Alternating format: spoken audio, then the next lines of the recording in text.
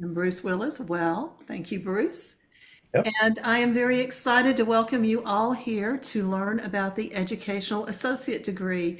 In my opinion, this is the most important degree that we offer, and the reason is the people who earn this degree have contributed so much to those of us in the industry, and it is an incredible gift that we receive, and I'm excited that ASP rewards that gift with this degree. But there is a lot involved to accomplish this goal, and Jonathan Adams is our esteemed chair of the committee, and he is going to share with us today. So take the floor, John. Great. Now, I guess we have an audience as well here. My daughter decided to join us for this presentation. This is That makes it Audrey behind so me. entertaining. So that's I awesome, John. I know. I don't know what she's doing, but That's I got why a it's whole gym entertaining. here. All right. So, first off, I'll give you a brief introduction who I am. John Adams. I'm out of Vermont, and I got bestowed the EA degree last year. No, 2 years ago. It's been 2 years ago, and it's been quite the rewarding journey to do this. And a little bit else is I'm an educator as well, so I teach. I teach at a high school. I teach innovation, basically 3D printing, laser cutting, some wood shop, and I also teach photography at the school. So I took the knowledge of, 15 years of teaching and kind of put it towards, my project for this EA. And hopefully you guys all do this as well. You don't have to be an educator to do this, but it is so rewarding to give back to the community. So I have a slideshow here. I want to go through, just kind of go give you a little bit of background on what the EA is and how to get it, how to prepare for it. Also, as an educator, I would love if everybody could turn their camera on for this. I know if you can't, you can't, but it's hard to see, just blank faces here. So I'm going to share my screen here. Actually, can somebody enable the screen sharing for me? Oh, I need to give me one moment. Sorry about that, John. There you go. Yeah, You that's should be okay. good. Perfect. So I'm going to share here. Let's see if this works. Can everybody see my screen if I go slideshow here? Yep. There you Yes. go. All right. So we do have a couple guest speakers here tonight. So thank you, Margaret and Ella, for coming on. Really means a lot to be able to give your 2 cents and how you got there. So we're going to go through a little bit about what the educational degree is, why you should pursue it, how to become eligible with it, some mission requirements, the judging process, and then how the papers are evaluated. So first off, the educational degree is an advanced degree, so it's designed for those individuals who dedicate themselves to teaching and sharing their skills with others. If you go to the website for ASP, you can see what previous papers are, and you can kind of get a sense of what other photographers have gone through to be able to get this prestigious degree. And it's very interest based. It's very localized to who you are as a photographer. And I think it's really important that you find that niche that you want to explore deeper, and then you just explore it. And there's really no wrong answers of what your research needs to be or can be. I mean, you'll see that with some of the examples here. So I'd like to pass the mic over to Margaret, kind of go through a little bit about why Margaret decided to pursue the degree, kind of what you got out of it, Margaret, and, are you doing anything else with it, just out of curiosity? So, Why did I decide to well, I think that I went after it because I always like to personally challenge myself. And so that was part of it, was the fact that I always like to find a personal challenge. And so what I decided to do was, so for those of you who don't know, I'm a pet photographer and I've been doing it a long time, 27 years now. Um, and I do workshops, I teach at Texas School, I go to guilds. So I've been out there doing a lot of it. And as much as some people hate public speaking, I absolutely love it. And one of the things that I wanted to do was that in my previous life, I was an engineer. And so I have figured out if there is an easier way to do something in pet photography, I've probably figured it out. And I wanted to share that with people because there are a lot of people who are just starting out on pet photography and they don't know um, how to do certain things. And I wanted to make their life easier. And so part of that, so I'd always thought that I wanted, if I was going to do the educational associate, it would be on some things about, because it has to be photography related. And so it's going to be understanding how dogs think and behave helps you in doing pet photography. And so that's what I started to do. Now, I already knew a lot about dog behavior and dog psychology. And so that helped me. Then it became looking at all the reference books, and I actually learned more by reading, doing a lot of research in reference books and so on, and figuring out what the structure of the paper was going to be. And then revealing some of the things that I have found just from my experience.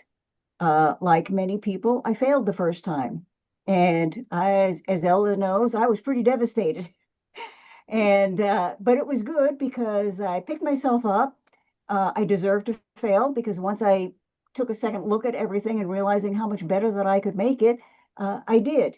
And so it was an incredible experience, and I would encourage everybody to do so. Find something that has meaning to you that relates to photography to write about.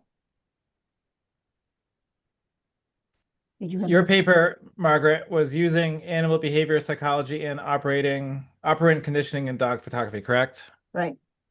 Yeah. Yes. I'd just like to add that Margaret's first paper was not bad at all. It was an actually a very good paper, but she had not used enough outside research to substantiate all her arguments. That was the only reason it failed the first time. It was really a very good paper both times, but But it was better the next time, second it time. is definitely better the next time. So yes.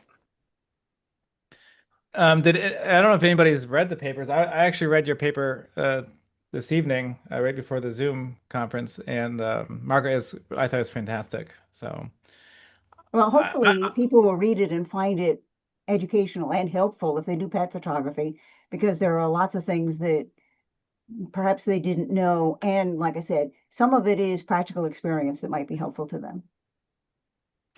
that's great. Well, thanks for sharing. Ella, would you mind sharing about your journey and how Not at that? all. Nope, I'm fine sharing my journey.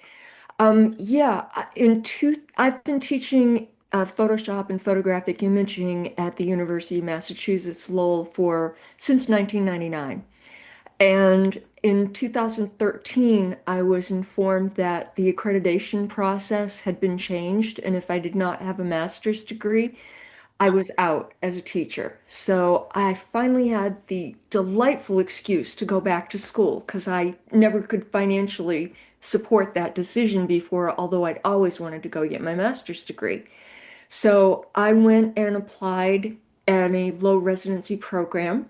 They looked at my work and said, "I'm not putting you in the photographic master's program. I'm putting you in visual arts," which was really cool. I really enjoyed that because I got to do sculpture and bookmaking and all kinds of other really cool forms of art while I was in the program. And one of the things that came up as a theme for me was the fact that everything I made was beautiful. And contemporary art is not. So it's got nothing to do with how beautiful something is. And that's very much the PPA frame set. And so I had a lot of learning about what makes beauty and what constitutes beauty. And I never was able to make something ugly enough to not be beautiful in their eyes and somebody's eyes, which was kind of my challenge for the 2 years of the master's program. So I ended up writing my thesis on beauty and what it is, why it's important, how it's become such a thing, why we respect beauty, why we seek beauty out. And so I had written my master's thesis, and then I ran into Rick English, who has his EA degree, at a meeting up in New Hampshire, and he said, "Why don't you have your EA degree?" And at that point, ASP was not doing these Zooms. They were not doing anything to let people know about the degrees or anything. I had never heard of the EA degree. So I went and looked into it and went, why aren't I doing this? So I retailored my thesis, rewrote part of it, made it fit into the specifications for the EA degree, and then submitted it and was able to get my EA degree, which I prize very much. So I'm still teaching. I still have done a lot of teaching outside of UMass as well.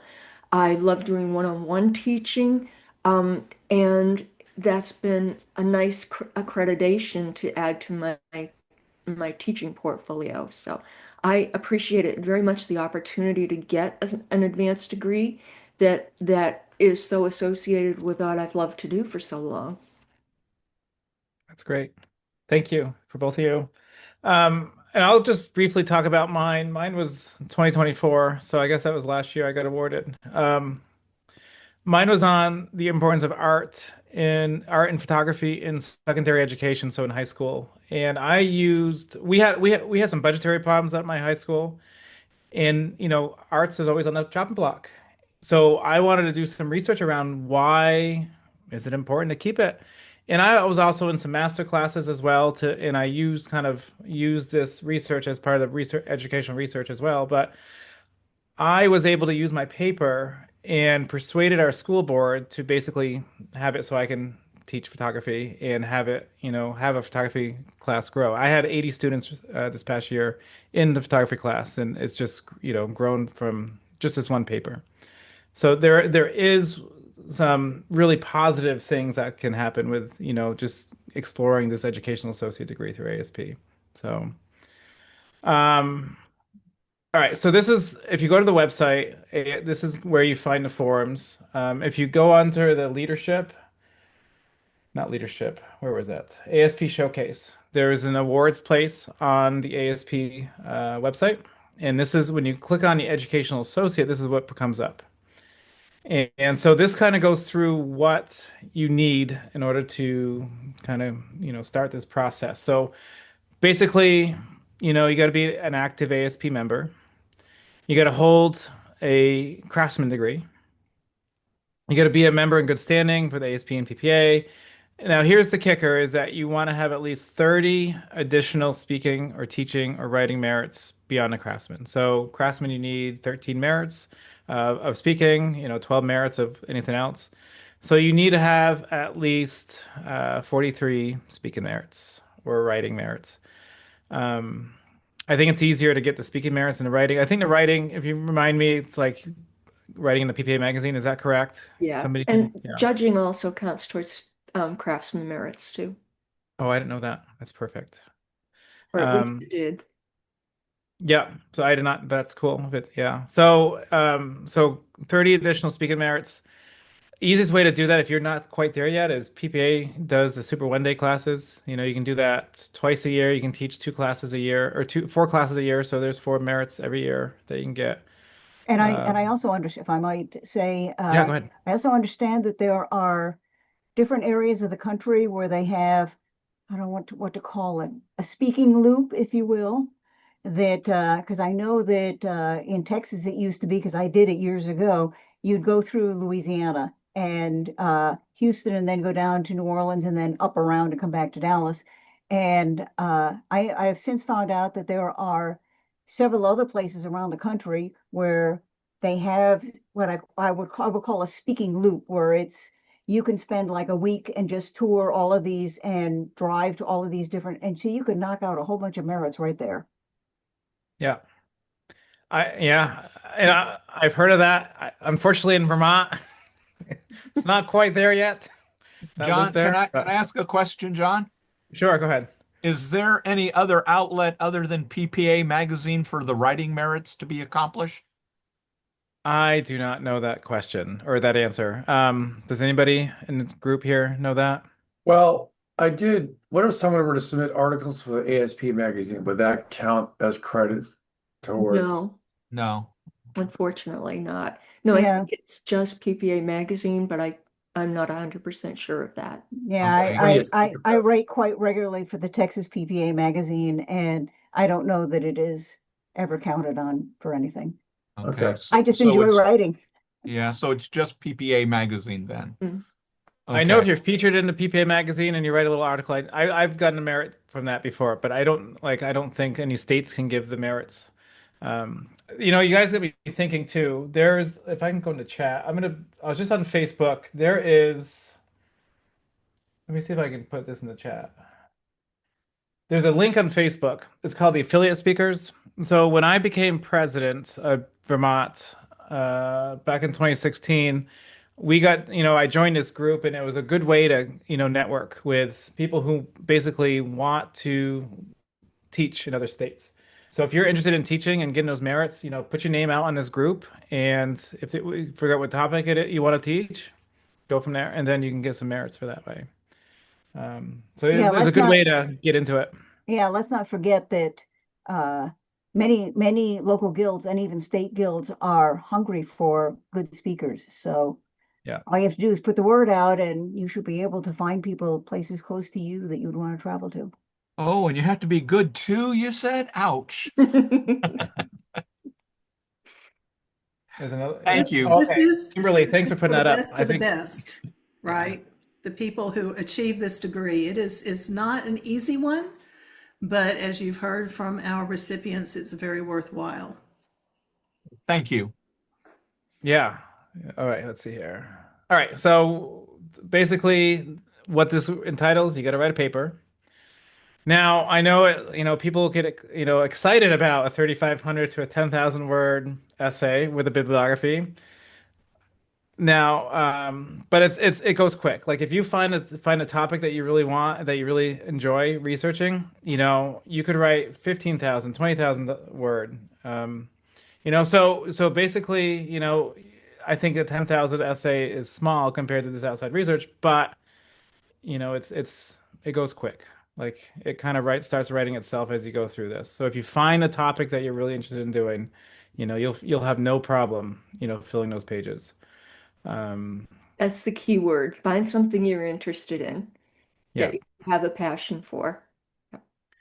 So basically, it's an essay. It goes through the outside research. Make sure you have a bibliography. Bibliography, use MLA or APA formatting.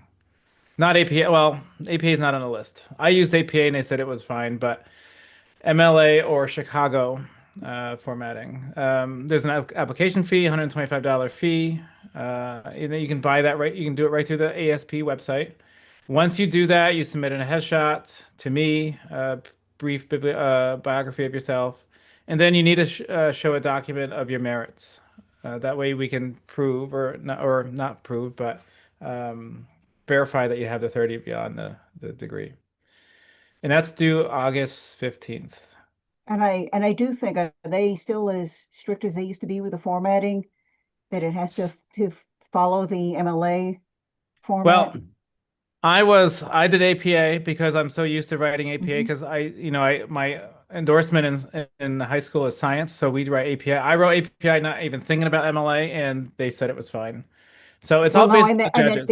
I meant that you have to use one or the other. You can't just decide Yeah, how you're going to don't format on your own. right. You have to use that's part of the rubric. I'll show you the rubric for that. Well, see, and So I had an advantage because I have two people in the family who have their doctorates, so they were very helpful in making sure that everything was formatted properly. there's also like some great websites like easybib.com is you just type in the website that you want to cite and then or the article and it'll give you, the format that you need it to be at. There's so many online sources for helping you format with Yeah, that. it sounds intimidating, but it's just where you put the footnotes and all that stuff Yep. and how you set things up. It's really not that intimidating to do it well. No. And if you guys have questions, if you folks have any questions, feel free to email me or call me. I'm happy to walk anybody through any of that stuff. So July 1st, you need to submit saying you want to do it. August 15th, it's due. So you want to make sure you get the paper to me. Yep. And there's a judging process. So there's 5 judges. 4 of them are going to be EA degree holders, and there's one writing expert for that. Usually, I is an English teacher from a high school. So Chris in the past has used an English teacher. I have an English teacher lined up as well for that. And then it's going to be 4 of the other degree holders.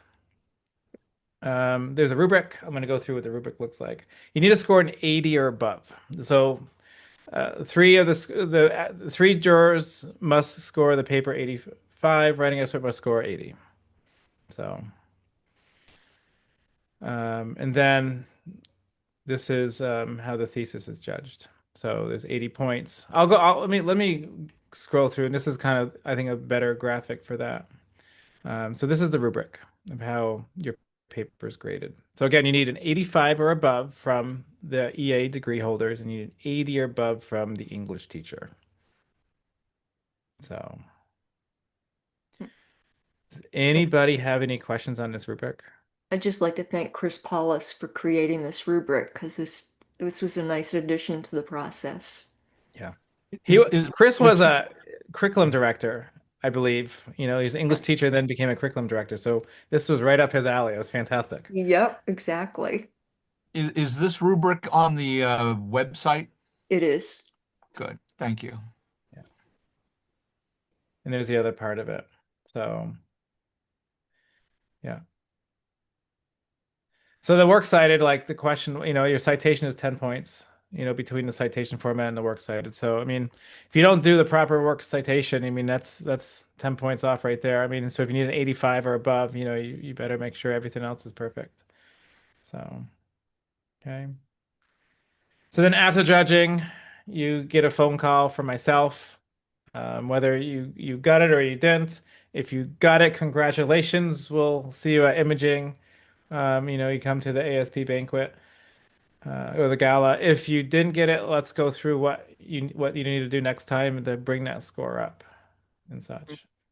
And then you'll get a copy of all the rubrics, all filled out rubrics. Yeah. Rob Hull was kind enough to post where you can get speaking merits. Do you want me to go through those? That's in the chat. Sure, that'd be great. Instructing a class at Imaging USA, sitting on an Imaging USA program panel, hosting or instructing a photography workshop, publishing in PPA magazine, having an article posted on PPA.com, instructing a program during community network convention or seminar, so that's our local groups, and sitting on a panel at a community network convention or seminar, instructing at a community network school. So that's the list from Rob. Thank you, Rob. So it looks like judging is not included.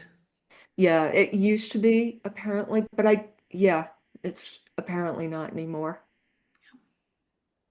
Yeah, That's too bad. Thanks, Rob.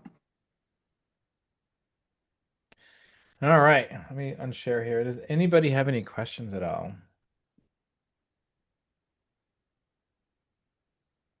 I would like to hear, is anybody in this group thinking about submitting the application by July 1st? I'm sure there's something that you all are interested in doing and researching a little bit further. Who has the 30 merits? Does anyone here have those 30 merits yet? Nope, that's what's holding me back right now is the third. Yeah. I got to work through that. Ooh, Kimberly says she has the 30 merits. Who does? Kimberly.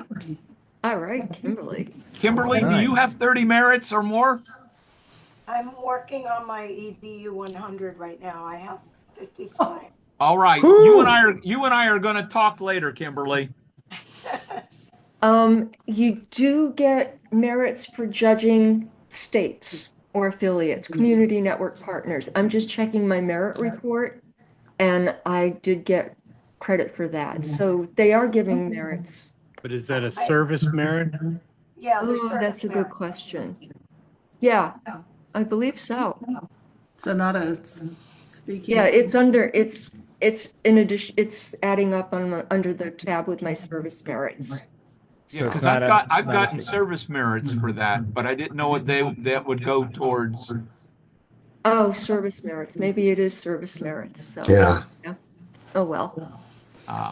Kimberly, you need to pick a topic.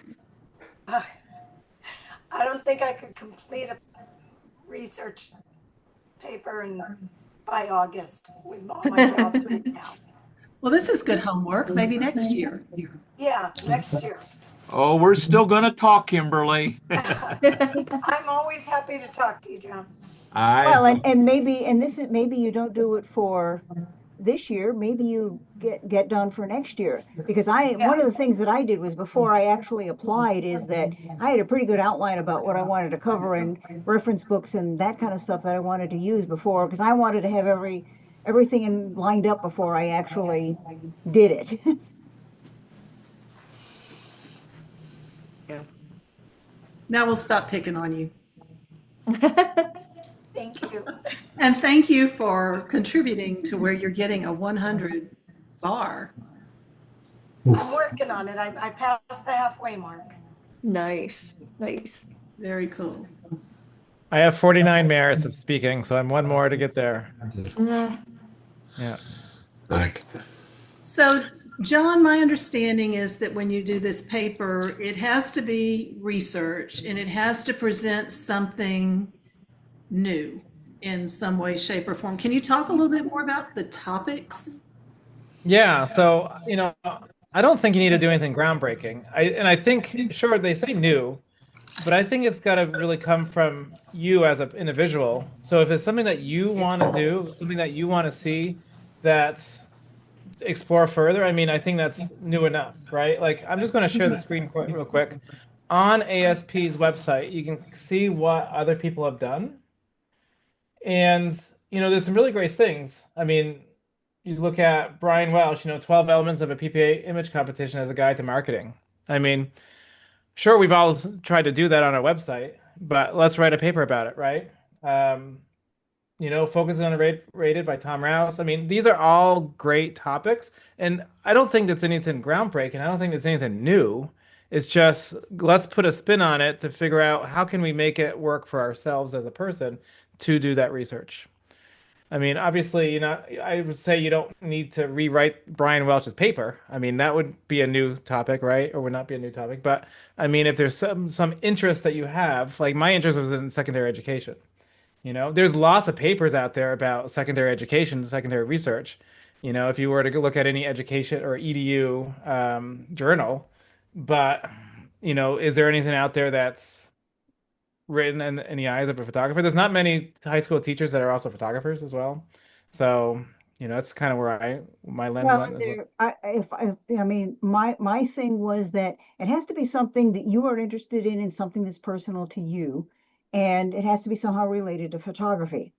And so I think that you just need to look into yourself and say, what am I passionate about? Because you probably will find that there are some things that you're already interested in and you already are quite knowledgeable about that could be the subject of a paper. Oh, right. That's excellent. Thank you. Well, even if you look at I'm just like Mary Fisk Taylor's operating a sustainable, profitable, and successful photography business. That's going to look different from her, where she's from versus where I'm from. Living in Vermont is a little bit different than, where I don't know where Mary Fisk, I should know this, but I don't know where she's out of. But, she's in Virginia. So totally different marketing. It's a totally different, place of the country. It's going to look different. So if that's important to you, sure, write a paper on marketing, write a paper on that. But how does that pertain to you as a photographer for you, or, where your business is? So you're right. Margaret, you got to look inside, right? That's the number one thing is look inside of yourself to see, where do you think would make more sense? I think that too many people are frightened by the idea of writing a paper. And in reality, if there is a subject that you are passionate about, you're probably going to want to read more about it anyway. So this is probably something that you would be doing anyway, as far as getting a better education in whatever your passion is. And so you're already part of the way there. So it's just a matter of writing the paper. Good points. Yeah. You don't want to be writing about something that isn't a passion of yours because you're going to spend a while with it. So, yeah. We've all done that. English class. A lot of hours. Exactly. Writing a paper on Catcher in a Rye, no thanks, right? Yeah. Well, for me, it was, because I regularly write articles for the Texas PPA magazine. The writing part comes easy. It was remembering to do all of the references. And in some of the cases, there was knowledge that I already had, but I had to find something to substantiate what I already knew. And so there's the research part of it. Yeah. I always tell my students, like, if you start with a topic, even if you use Wikipedia to start, you scroll down all the way at the bottom of Wikipedia, you see all the references. Start using those references and start digging, start clicking through those links, and that's a really great way to start, based off a topic. I wouldn't say you don't usually cite Wikipedia, but you go all the way down to the bottom and see where those primary sources come from. Yeah. So. And Now, I sometimes don't you know might, about you all, but the last time I wrote a paper was in grad school. So, it was a while. Might be, a little longer for some of us versus others, but, and maybe it was high school last time we wrote a paper. It can be intimidating, but, it comes back. well, and the Paper other part, writing hasn't changed. well, and the resources part that for me, there were a lot of books that I already had, but I was actually surprised at how many books that I could read online and that I could cite online. And so I did not have to go out and buy a bunch of new books. There was an incredible amount of places that I could find books that were appropriate that I could, for some small fee and maybe free, I could find them online and then cite those as references. So it's not like you have to spend a lot of money to research. And then, of course, there's the old-fashioned library.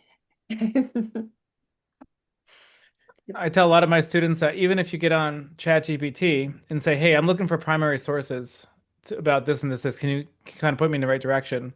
It'll point you. Now, one thing you got to worry about ChatGPT is if you say, "I want 5 primary sources," if it only knows 4, it's going to make up that fifth. So you always obviously check your work, but it's a good way to say, "Hey, can you point me in the right direction where I can start getting some more information about this?" Well, and the other part too is that some books, if you look in the back, depending upon what the topic is, if you look in the back, they will have references on that they use to write the book. And so that's what I did in a lot of cases. In the back of the book that I was reading, there were more references cited in the back. And so then I started looking at those too. So it got rolling really fast as far as finding references. Well, he's in stealth mode here, but Rob Hull, I know, has more than 30 speaking merits. 42. There you go. Yeah. So what? I'm one short, I think. Is this something you're considering, Rob? Oh yeah. Awesome. Yeah, I would do that. I just honestly though, for this year, there's no way to get something done by August 15th. So I Yeah, think Rob, we but have that's several whole- entrants next year. Go ahead, I'm sorry. I'm sorry. Rob, all you have to do is start fleshing it out now so you don't feel rushed next year.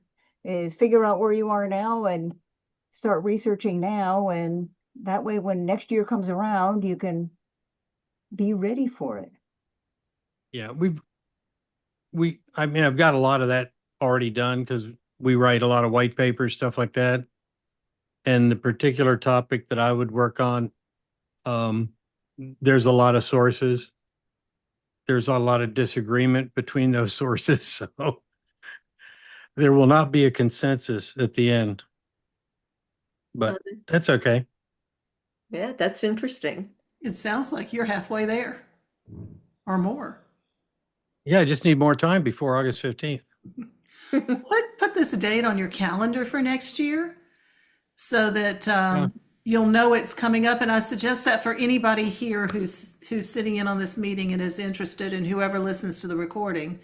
So traditionally, we do the entries. They open about July, the 1st of July at that time? Well, July 1st, they're due. The entry is due. So, But well, that's not okay. the paper. That's just not applying. the That's paper. not the paper. Right. Right. The entry fee or the fee to, and then, kind of saying that you're going to do it is due July 1st. Yep.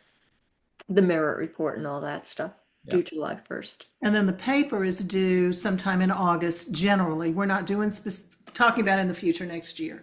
Yep. Yeah. This year, it's August 15th? Yep.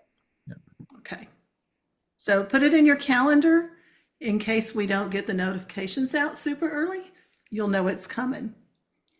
Yep. Yeah, because Good I work. mean, I'm excited. I have gone through and read some of the papers, and it's fascinating.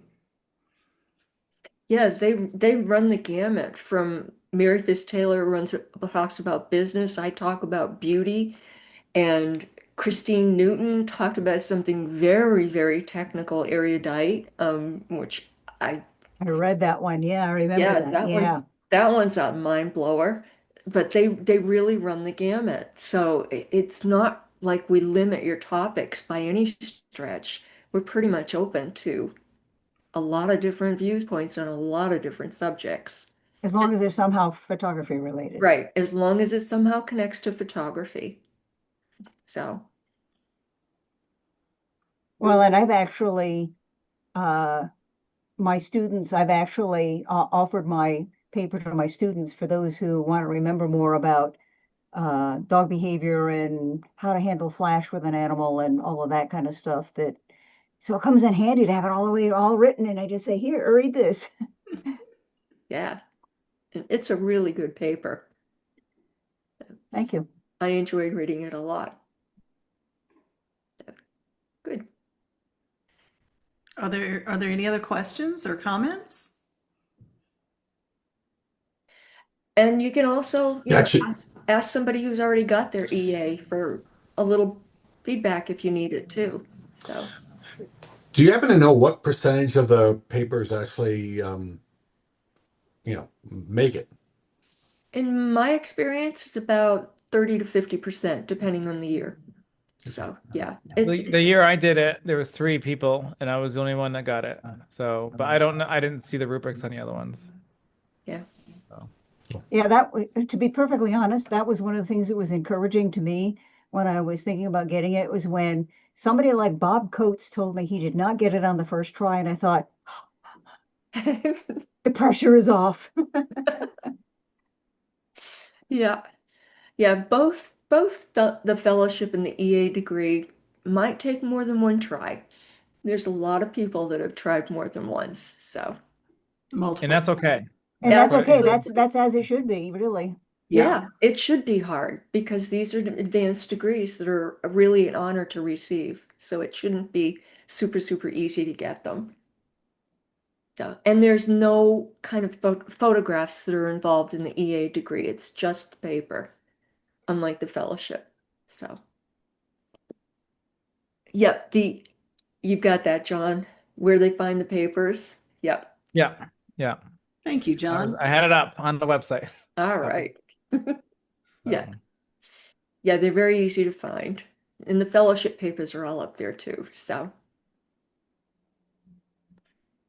Now, Ella, you've done both. Yep. I assume the fellowship paper is less than the EA, like lengthwise, Yeah. right? The fellowship paper is not a research paper. You don't need footnotes or anything. That's a personal paper, but it has to connect to the body of work that you're submitting, which is those 25 prints, museum quality prints.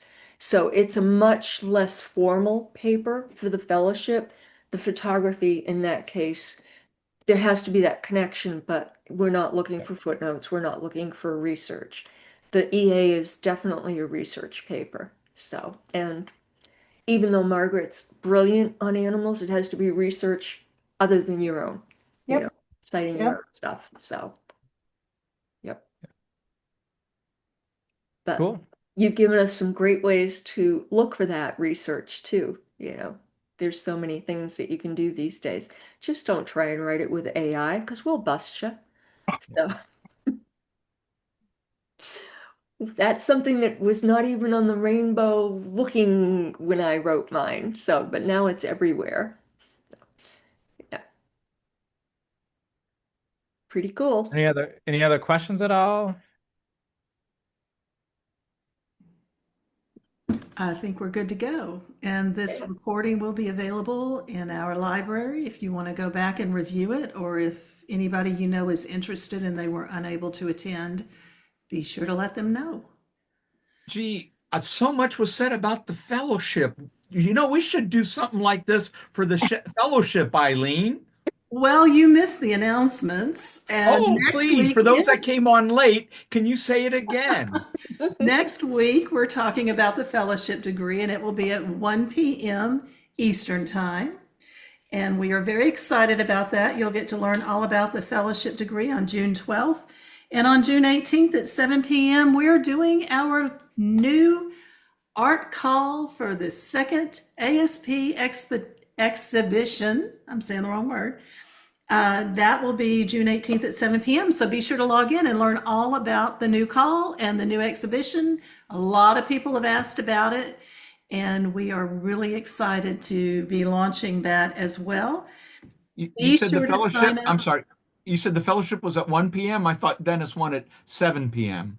Well, Can let you me double check on that. You will confirm the time in your email that goes out Monday. Yeah, I thought he was asking for 7 p.m., but Okay. if you could check that out. Yep, I will do that.